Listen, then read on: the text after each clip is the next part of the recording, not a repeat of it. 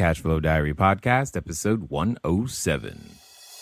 Welcome to yet another exciting episode of the Cashflow Diary Podcast, the podcast that teaches you insider tips, tactics, and strategies for creating leverage streams of cash flow into your life. Learn from top-performing entrepreneurs, business owners, investors, and thought leaders from across the globe as they share their secrets to success. Like what you learn on this and other Cashflow Diary podcast episodes? Go to learninvestingnow.com and sign up to receive powerful tips and information that will help you succeed as an entrepreneur and investor. Now, here's your host, investor, entrepreneur, business owner, educator, speaker, author, and master facilitator of Robert Kiyosaki's cash flow game, Jay Massey. Okay, and welcome to another episode of the Cashflow Diary Podcast. I'm your host, Jay Massey, and I'm glad that you're here because here's what I know. I know that as you continually invest your time, your ears, your attention into listening and learning, our goal is to give you one new idea with each and every episode. And who knows, maybe by now you've gotten many new ideas that you've been able to take action on. And I'm going to guess that today's episode is going to be absolutely no different. More importantly, it's going to give you some actionable steps that you could do today to begin building your cash flow in a completely different way than we've talked about in the past. Now, for those of you joining us for the first time, you know that, hey, I like real estate, and real estate is, in my opinion, it's where it is at for so many reasons. It's a great place to start, but it doesn't mean you have to stay there. If you're looking to get started into real estate investing and you're wondering what are some of the basic things that I need to know about real estate or business, here's what I want you to do.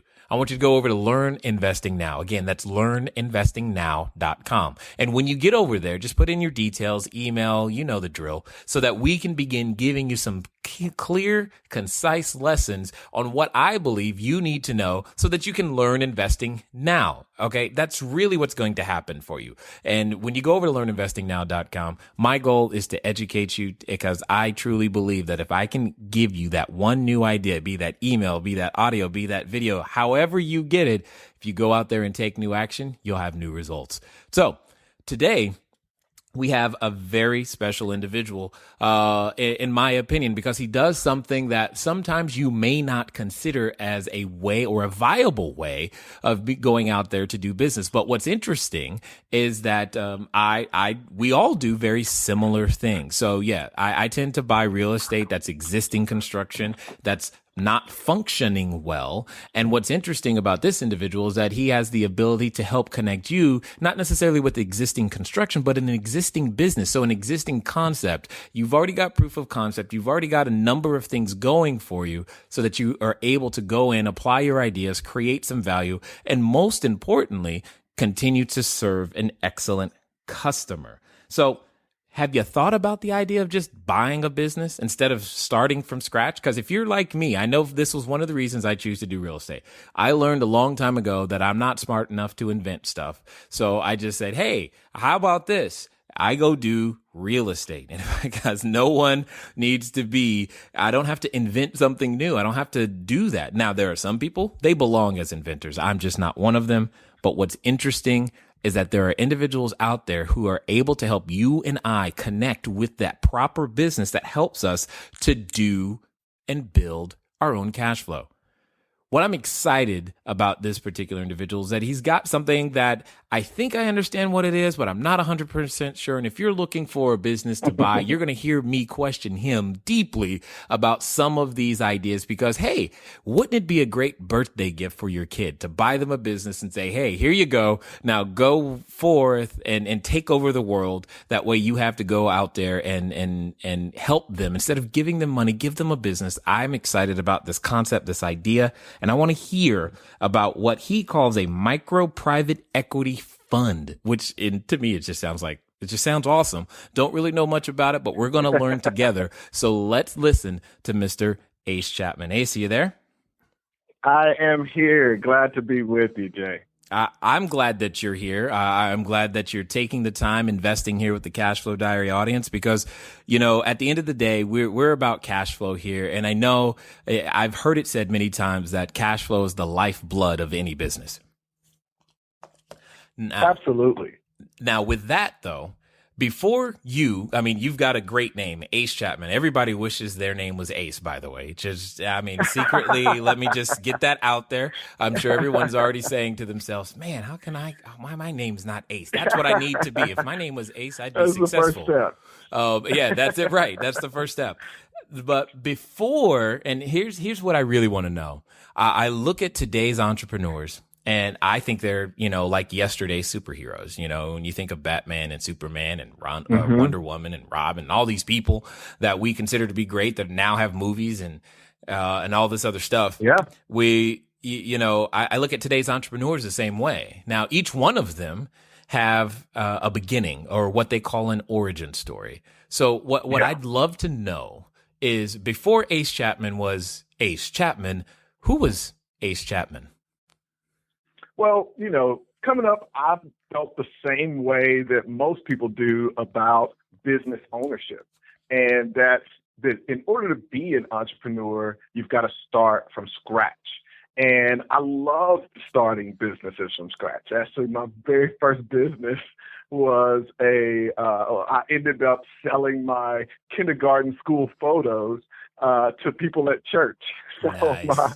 my mom had given me some $20, which is just an ungodly amount of money because of the amount of candy that you can buy with $20 when you're 5 years old, and sent me to pay for my school pictures. And I took them to church, and she started giving them out. And I'm like, why are you giving these pictures out for free? We got to sell them. And after pitching a fit, she let me try to sell them. And so my first business was selling little pictures of myself for 25 cents and 50 cents. Unfortunately, I'm not that cute anymore, so I've had to step my game up over the years.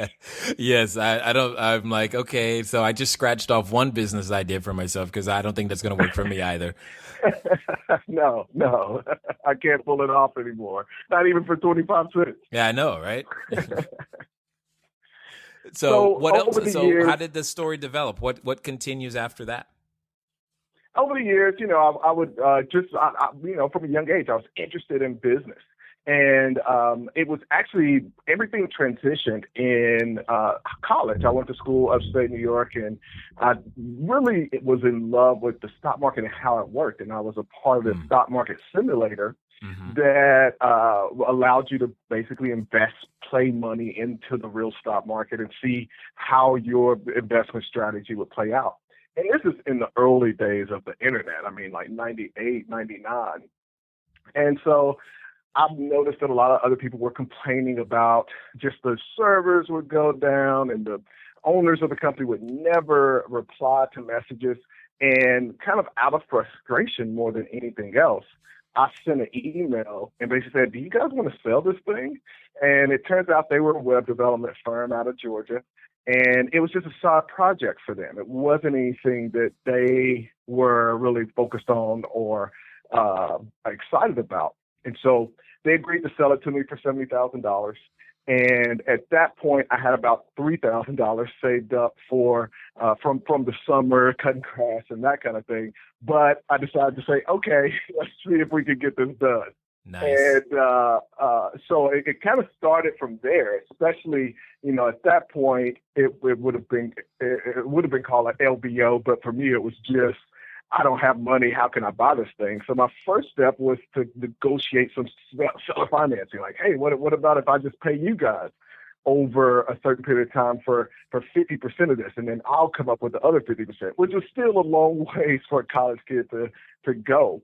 And I ended up finding a buddy of mine that had some savings and loved what the site's potential was. And so he put in some equity. And then for the remaining amount, I went and got a credit card. And, basically bought my very first business.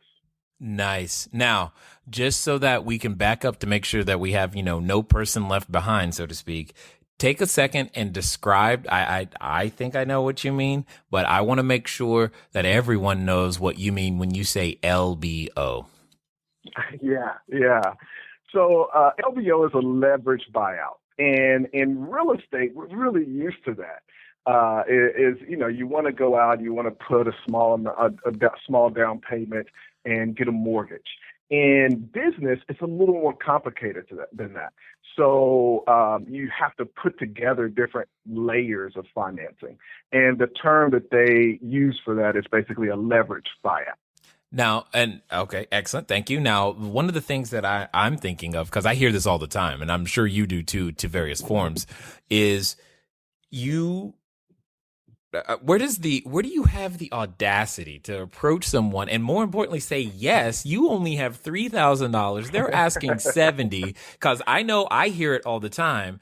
It comes in the form of, Jay, I don't have the money, so I can't write an offer for this property, but yet you didn't let what you didn't have stop you. So talk to me a little bit about that.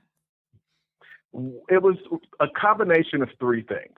Number one was, hey, if I can't come up with the money, the worst that can happen is I don't buy it. They didn't ask for a deposit or anything. So that was cool. I didn't even realize that was something that they should have asked for. So I had that benefit. Number two was just I really, really wanted it. And I think that's a lot of what's in life. I mean, when you really want something, it's just, man, I really want this. I'm going to keep going until there's a wall that I just cannot break through. And saying yes in that moment that was a wall that I could break through. And then the last thing was I was curious to try to pull it together, because I felt like, man, if I could get ownership of this thing, maybe this will be something that will change my life. And just figuring this out, what a great story. And I was kind of envisioning what it was going to be like once I got this thing. And so it actually made it fairly easy in that moment for me to say yes and then start hustling, trying to figure out how can I pull this deal together. Absolutely. Now, and just so that I'm clear and so that everyone else is clear, it wasn't about, and here's the mindset I hear that you managed to maintain or obtain really quickly, is you went from, it wasn't about what you had or didn't have, and it wasn't even necessarily even about your own experience in that particular industry as much as it was about, here's a problem that I see in the marketplace. Here's what this business has the ability to do. And here's how you could participate, Mr. Investor, should you choose to use your capital in this way. And then you got Mr. Visa or MasterCard to participate in the remainder of the way. And you are off and running. That's what I'm hearing. Exactly, which the Visa and MasterCard thing was actually a secret from my parents at that point. They would have killed me. But that's interesting. It absolutely was. You said your parents would have killed you. Why is that? Oh, they would have thought it was an absolute pipe dream. Like, what are you doing? You don't know anything about running this business. While you're that's probably one of the great things about being young and not, and just being willing to take risks, not kind of walking in fear, walking kind of in bold faith. And so, they absolutely, just out of protection, I think most people have experienced that. If you're an entrepreneur with family and that kind of thing, when you talk about making bold moves and your parents and your family and your loved ones and wife, and they just want to protect you and don't want to see you fail, don't want to see you hurt or any of that. So just so I didn't stress them out, I kept it a secret for them. Interesting. Well, clearly it's not a secret any longer. So I think it's very interesting that you bring this up, and it's funny to me how common this comes up as I'm talking to other entrepreneurs, where those that are closest to us are often and can be some of those very same ones that are saying, don't go down the very road that we were designed to go down. And occasionally, if we choose to listen to them, as opposed to that inner voice inside ourselves, we don't actually end up stepping into the greatness that we were born to be. So I want to know how that conversation went the day you said, hey, Mom, hey, Dad, guess what? Here's what happened. So I'll tell you about an even tougher conversation, because that's when it really came up. I actually was able to start making money with the business. It was making money at that point. And so I got the credit cards paid off. And so there wasn't any pressure for me to tell them about that. But the business ended up growing. And the other thing you got to think about at this point is the internet is new, you know. Right. So the tougher conversation was the business grew. When I bought it, it had about 10,000 members. It grew to 250,000 members in 70 countries. And it was too big for me to run from school. And I had investors that were interested in investing and kind of growing it to another level. But they basically said, we're not going to do it if you're in school. And so that was the tough conversation. Yeah. You know, I've got a full ride to a great university, Colgate University, and you know, I'm going to my parents and telling them, you know, well, I'm really thinking about leaving school, and most of their questions were just around what is this thing on the internet? Because I knew they didn't know. They knew that I was doing some stuff and I was making some money, but they didn't understand what it was. And so I'm sitting down, I'm trying to explain the business and going into these complex things, and I can tell their eyes are just glazing over. And then my dad's like, so how much money are you making from this thing? Uh-oh. And at that point, we had just gotten a check at DoubleClick, which you don't even see anymore, but we had just gotten a check from DoubleClick for a little over $20,000. And I said, well, I've got a check that I just got in, it's for $20,000. He's like, is that real money? Like, or is this some kind of internet money? Oh, God, that's awesome. So he's like, well, that's not a real check. Like, you know, I'm showing him the check, and it's like, this isn't real. He's like, all right, in the morning we're going down to the bank, and I want them to verify that this is real. And like, we walk into the bank. He gets the teller. It's like, don't deposit it yet. I want you to call and just make sure this money is real and it's going to deposit. Nice. And so the teller said, yeah. And so later that day they said, yeah, I think you should quit and try to pursue this thing. And so they were fully behind me, which was really awesome. You know what's really funny? There's this concept that when I'm working with clients or people who are getting started for the first time, I tell them what they need is what I call the shut up check. And that's what you had. You had that check that says to the back of your conscience, that quells all doubt, that tells your friends, look, I understand that you were told and we were all told, go to school, get good grades, go down this path, etc. But look at this check. And when they see that check, everything else just is told to shut up. And then suddenly they're on board and you got the shut up check. So that's awesome. Everybody's got that shut up check story. Explaining it to him was doing no good at all. It was making it worse and worse before I talked. And we ended the conversation with the check. Yeah. Just show them the check and you're like, oh, okay, have fun then. Go for it. And I think every entrepreneur has a very, very similar story. The other thing that you said that I thought was very cool is the concept of walking in fear. I often tell people that, especially as an investor or a business owner, you're dealing with two emotions primarily. It's either fear or greed. You're definitely dealing with fear on the purchase or acquisition side, and you're dealing with greed when it comes time to sell. You're trying to sell something, and that's the overriding arcing emotion that you got to contend with. And you being a person who buys and sells businesses, I'm kind of curious to your perspective when it comes to that new person. They're looking to maybe buy a business. What are some of the common things that they go through, and what should they be doing so that they can overcome them? Yeah, one of the things, and I've thought 15 offline businesses and over 20 internet businesses at this point. But, talking, for me, it goes back to that very first deal again. One of the things that happened was the dot-com crash. And so I ended up selling that business for about a tenth of what it was worth at the height. And so for me, I was kind of, again, it was one of those things that was a blessing in disguise. I became very trigger happy. I lost that greed because, before that happened, I was, like, oh man, we're going to be able to sell this for so much money, and this is awesome and great and da da da. And then the crash came and I wasn't able to. And so the businesses that I bought thereafter, I became very trigger happy and probably on the opposite end of the spectrum. But as I work with clients that buy businesses really all over the country, you get a couple different types of people. You get some people that are just anxious to buy something. And so everything that looks decent at all, they're like, okay, let's buy it. All right, let's get it. And the toughest thing is kind of pulling people back. You know, the average person that looks for businesses closes on a business after going through their sixth deal in detail.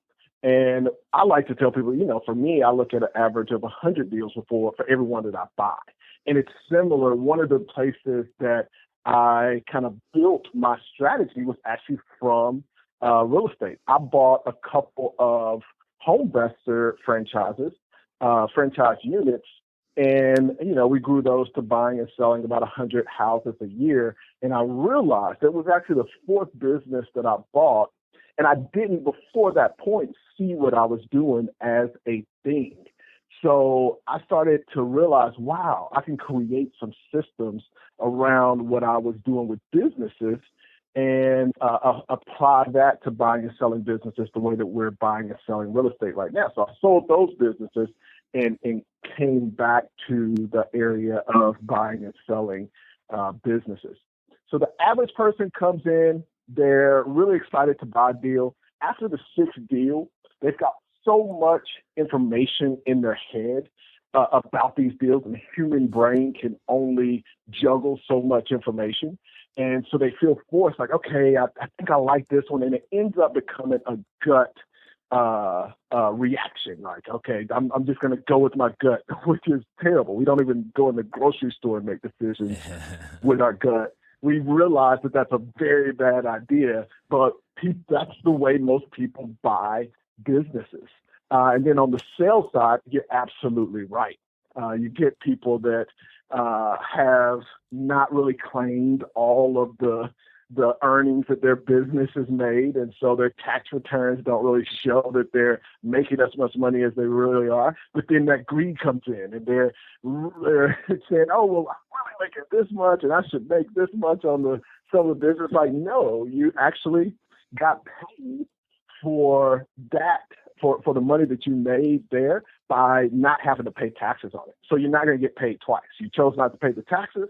So now you're going to have to sell the business for a little bit more, but you didn't have to pay the taxes. That was the benefit to that. Right. Totally understood. Now, and one of the things that I'm always wondering how other people handle is, especially when you're in a buy and sell situation, is, or you're looking at something for the first time, how on earth do you overcome the perpetual analysis paralysis?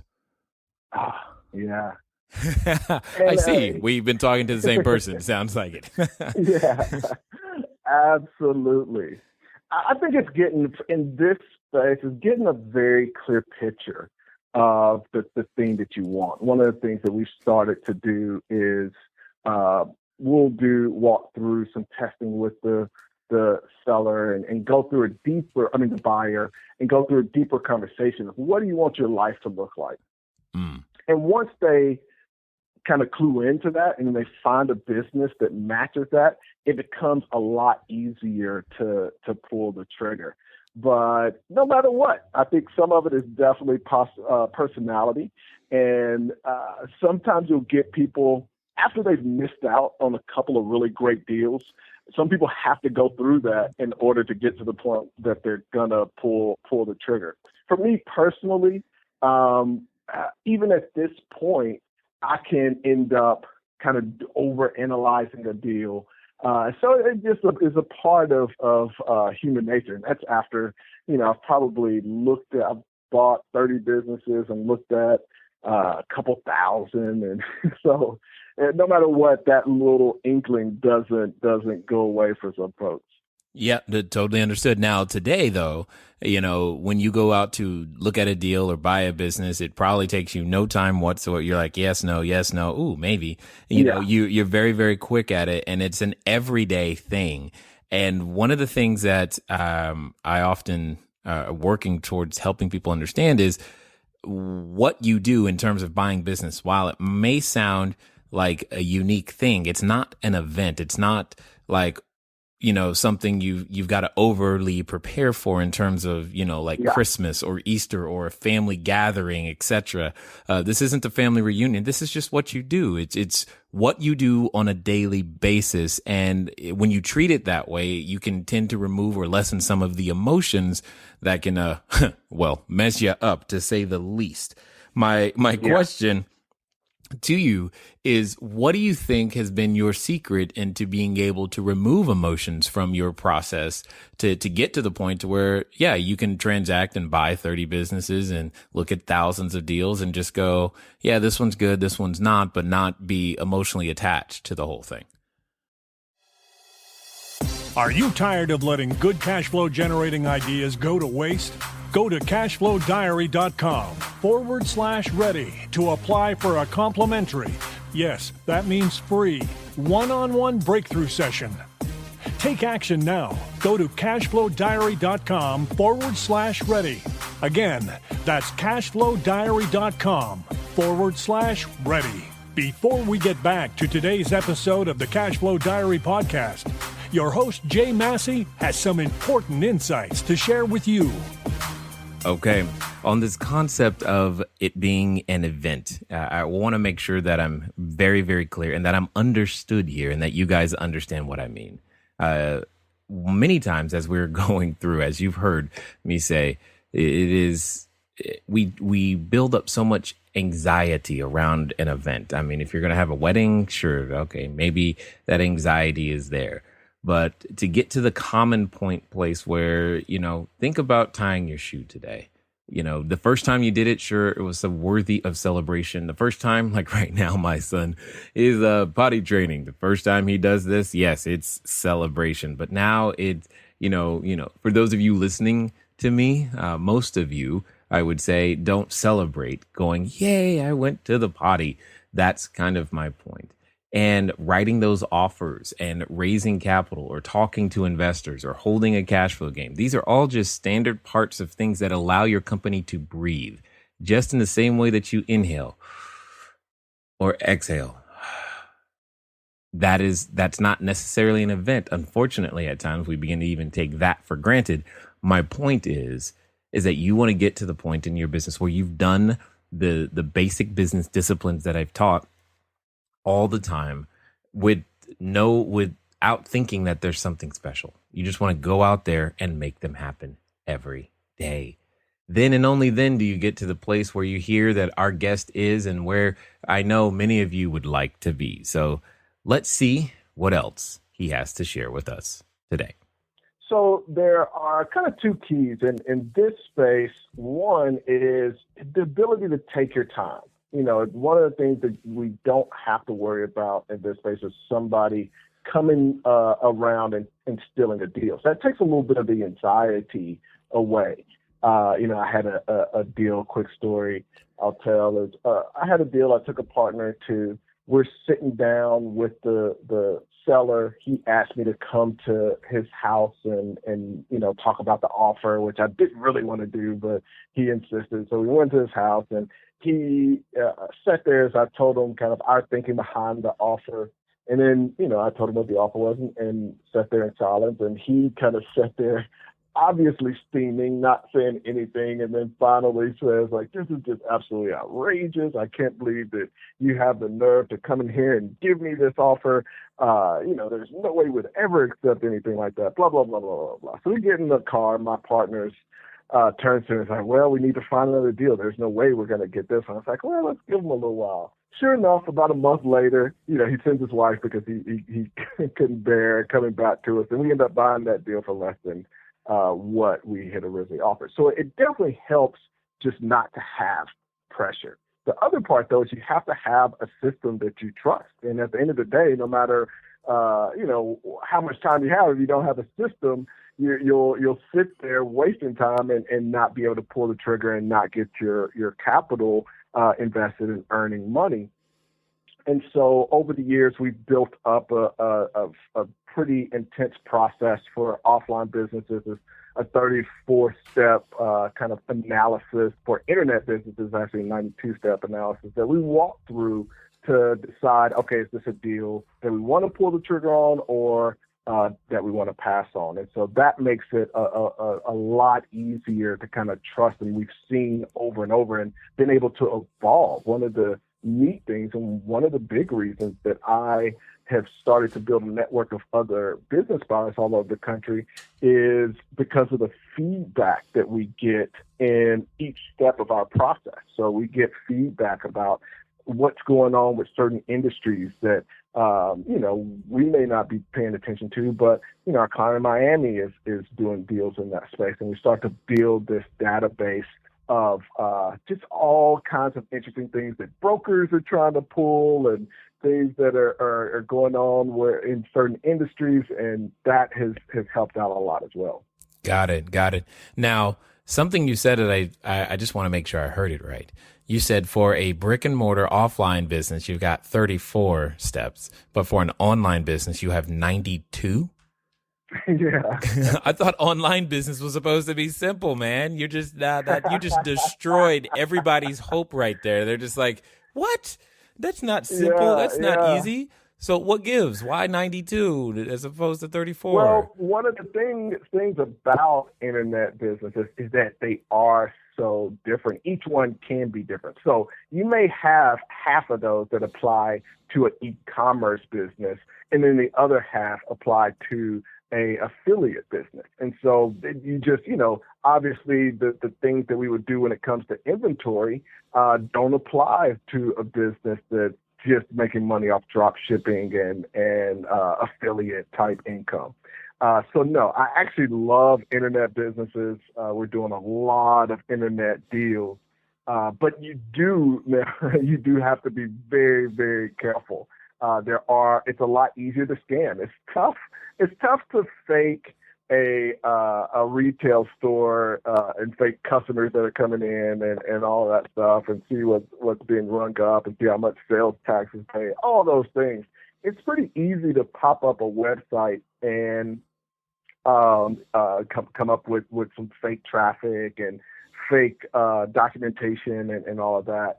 But even more than that is just the longevity. So what we try to focus on is this business going to be here 3 years, 5 years, 10 years from now? That's a little bit easier. The two offline businesses that I own right now, one is 33 years old. The other one is 24 years old.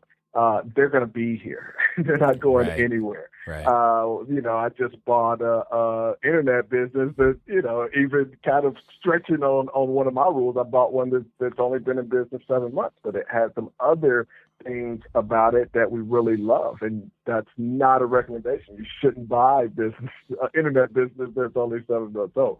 But you've got a lot more to consider. You've got a lot more things to figure out to see, is this thing going to be around than when you compare it to offline businesses where it's a lot easier. Got it. So inside your 34-step process or your 92-step process, whether it's online or offline, what's the first thing you're looking at that says, ooh, this is worth considering and looking at? Actually, I'll give a few of the first things because it's a combination. The very first thing is the multiple, because that's going to tell us how much money we're going to get as a return on this thing. So even more than the price, obviously we're going to look at the price. And I focus on deals that are $2 million or less because the multiple is a lot better than when you get above that and you're competing with larger private equity funds. So we look at price and make sure that's less than $2 million. Then we look at the multiple to see how much cash flow we're getting for the price that we're paying. So a multiple is basically the price divided by the cash flow, and the number of times the price goes into, or the cash flow goes into the price. That's going to be the multiple. We ideally want something with a 2 multiple. But deals are some deals are getting more expensive, and so we'll look at things that may be at 2.25 in that range.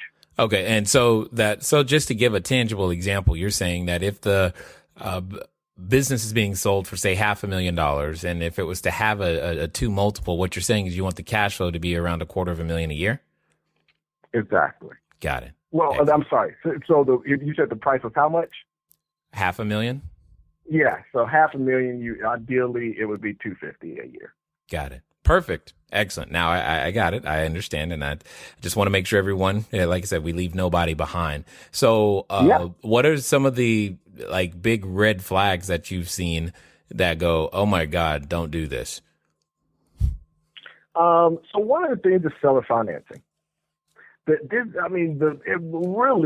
is it. That's one of the great equalizers in this space. And one of the reasons that I love it, we loved when I owned the Homevester franchise. We loved when we got a deal and we had somebody that was going to own or finance it for us, and we didn't have to go out and either tap a line or get financing from the bank and have to go through all of that. It wasn't going to show up on credit and all those benefits. And so one of the great things is that it's pretty much a standard in this space that the seller is going to have to offer some financing. And the reason is because that tells you that they have some faith in what they're selling you. The person that is trying to scam you, they want to get all cash. They don't want to have any financing. They don't want to have any long-term relationship. One of the keys, that's a huge red flag. If somebody doesn't want to offer us some substantial seller financing, we'll pass on that deal. We know that they are standing behind what they're telling us. If they're willing to have a lien against what they're telling us, which is this business is a great business, and so I don't mind taking it back if you don't pay me. That gives us a lot of faith to move forward in the deal. So that's the first kind of either red flag or green light to move forward. Got it. So let's say if, someone's listening right now and they're trying to think about, this sounds great to them, being able to buy something that exists and in theory can kind of run in parallel with whatever else they have going on. Give us both extremes. What's been like the highest price, the lowest price, and more importantly, since if we're talking seller financing, what's been usually the highest amount of capital outlay required and some of the lowest amount of capital outlay required that you've seen in order to make this be successful for people? Oh, so we've definitely had people that get 100% financing on these deals. I mean, even if you go back to the breakdown of my very first deal, get a $70,000 business with $3,000. That's what's possible because you're building financing on top of some substantial. And really now, I'll negotiate for even more seller financing than I knew to do. I was happy with what they did back then. But we've got plenty of clients that are buying businesses with 100% financing. So it depends on the assets, it depends on the business and all of that. But you can definitely buy things without using cash. And then we have people that they've got a substantial retirement. They've gone through all the madness and ups and downs with the market and just uncertainty. And bottom line is, like you broke down that multiple, if you can find a really good deal, go through 100 deals, filter out the very best deal and find something that you can buy for $500,000 and get $250,000 cash flow, there's nowhere really you can go and get that kind of cash flow and get a 50% return on your investment and not have to come up with the whole $500,000. So there are definitely people that will pay cash for deals as well. But depending on the amount of cash that somebody has, what changes is the amount of work and effort you've got to, and creativity you've got to use to go out and find a deal that matches where you are. Got it. Makes perfect sense to me. Now, one of the things that I mentioned earlier was you have this concept or this item called a micro private equity fund. Is this something that you give your clients access to so that they can have some additional financing? Tell us more about what this means and how this functions for your people. So what we do have a small fund, and we go out, we buy businesses, grow them, And sometimes we'll hold on to them, but often we're selling them.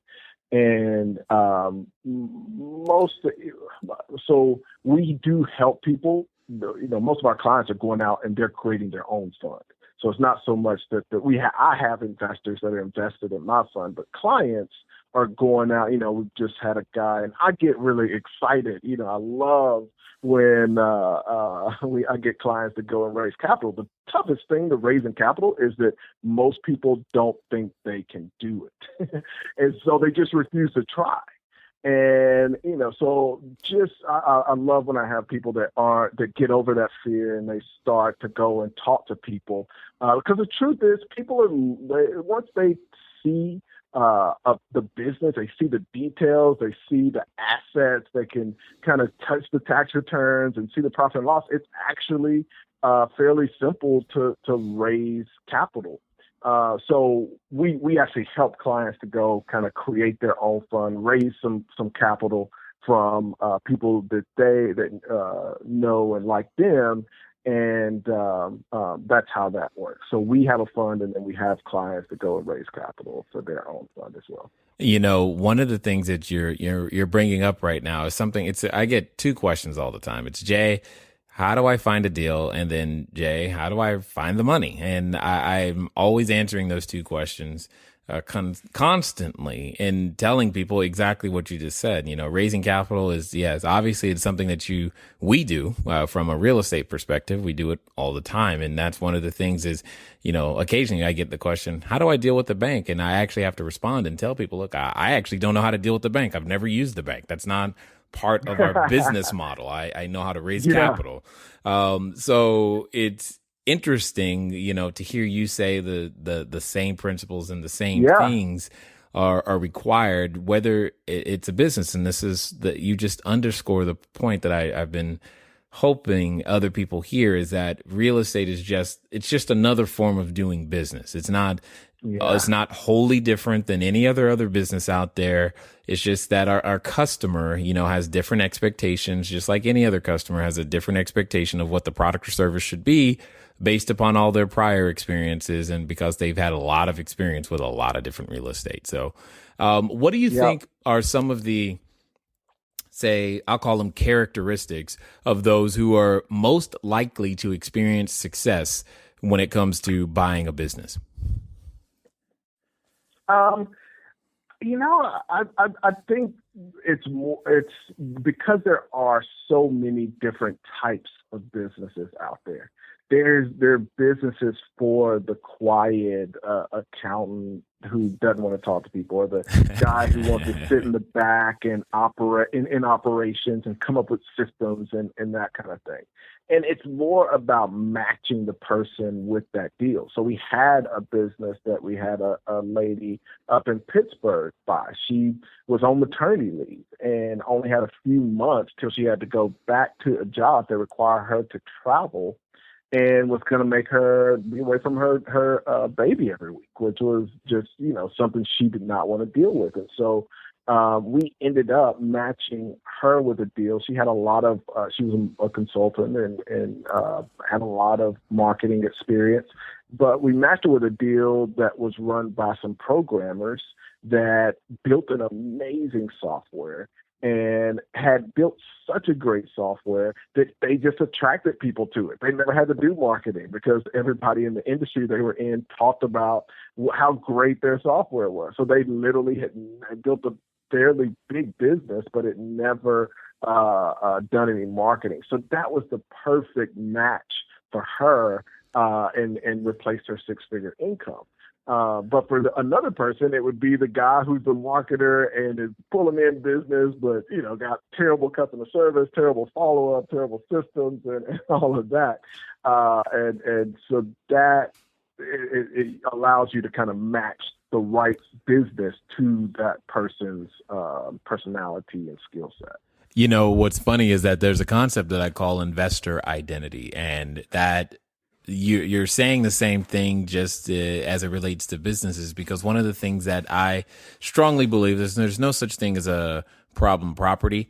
There's tons of problem owners, and they had different expectations going in. And, you had the money, but you bought low end property and you had high end expectations, and that's part of the problem. And because you don't know how to serve that customer the way that they hope to be served or deserve to be served, then that's why you're experiencing the frustrations with your business. And I love your approach.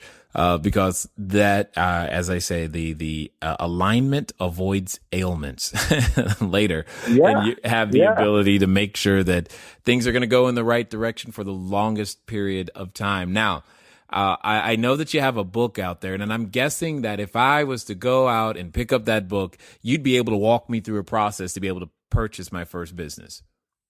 Absolutely. So the book is called The Ace Formula. And it walks through some of the deals that I've done, what we've learned from those deals, and kind of it gets that foundation of knowledge so that you can go in, talk to a seller, figure out what's going on, figure out the opportunity. One of the biggest things with businesses and what's happening in the market right now is there's 2 million baby boomers that are entrepreneurs and are business owners that are going to have to sell their business in the next 5 to 10 years. And a lot of these businesses have what I call low-hanging fruit. So, I talk about the 2 businesses I own that are older. One of them, when I bought it 2 years ago, this is 2012, he didn't have a website. This is a $500,000 business. It's doing well. It's been in business 33 years. And he, didn't have a website. So he didn't have, of course, any of the other like social media or customer database of past customers or any of those simple things. So it was just really easy. And then, we had another deal that where they did have a customer database. They had a database of 14,000 past customers. And I asked them how often they emailed or contacted them in any way. And they said, well, we don't. And I was like, well, yeah. So when was the last time you did? And I was like, well, we don't. And they had never contacted them once. So you want to be able to go in, see the opportunity, and make sure that you understand what's going on in the business so that you can talk intelligently with the seller and find those hidden gems. Nice. That's it wouldn't be so funny if it wasn't so true. I mean, I try to tell people I didn't have a website till last year, and I didn't have one. So we never took the time to build any of those things. We never took the time to build a database. And I ran across this book, The Ultimate Sales Machine by Chet Holmes. And basically it talked about the fact that, at any given time, there's probably only 3% of the people that you are talking to that are actually in a position and ready to take advantage of your product and service. Which meant that 97% could become ready at some point in time down the line. But because we didn't build a database, because I didn't do those things, those were all individuals we would never, ever be able to do business with. And more importantly, couldn't do multiple transactions with. And it got me to thinking that basically then what this is also saying is that what we have built has been built by only dealing with the top 3% who were ready at the moment. Oh my goodness, what could we have possibly have built if I actually started with a database from a beginning? And the reason I'm sharing this is because I want people to understand that you may hear Ace say something like that simple thing of, hey, it's obvious. Every business owner is going to contact their customers. Every business owner these days is going to build a customer database. What do you mean you don't have a social media presence or a website? I mean, we're still learning this social media thing. We still don't do it well. We're looking for those resources. We'll attract them, I'm sure, in time. The point is, I don't want anyone thinking that it can't be that obvious. And the answer is, it is that obvious. Yeah. It really is. It really is.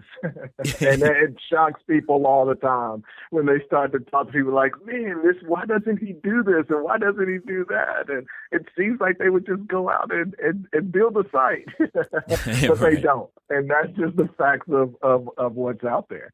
Indeed.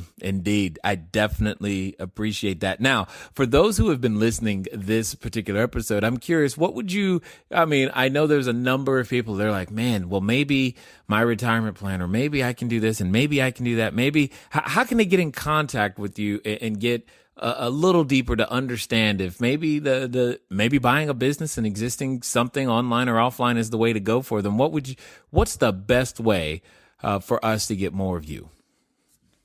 Yeah, well, a few different ways. One is we have a website. It's acechapman.com. I am on Twitter, and it's @AceChapman. But feel free. I mean, when people have questions, I get a lot of emails, and I enjoy what I do. So I enjoy responding to people. And so people can reach out directly to me at acechapman.com. Excellent. And what one last thing would you like to share with someone who's considering for the first time putting on their own superhero outfit and becoming that entrepreneur? The biggest thing, and one of the reasons I do podcasts and share this message, is to think about buying a business instead of starting from scratch. And even with your kids and just people that you're having conversations with. One of the things that I am interested in doing in my lifetime is to make that transition from everybody thinking about entrepreneurship as this risky thing where I've got to go out and take a risk where I've got a 90% chance of failing when I start something from scratch, and transitioning to the lesser discussed possibility of buying a business where you've got an 85% chance to succeed. And so it's a lot easier to squeeze into the 85% success rate than it is the 10% success rate. So that would be my word to the future entrepreneur out there.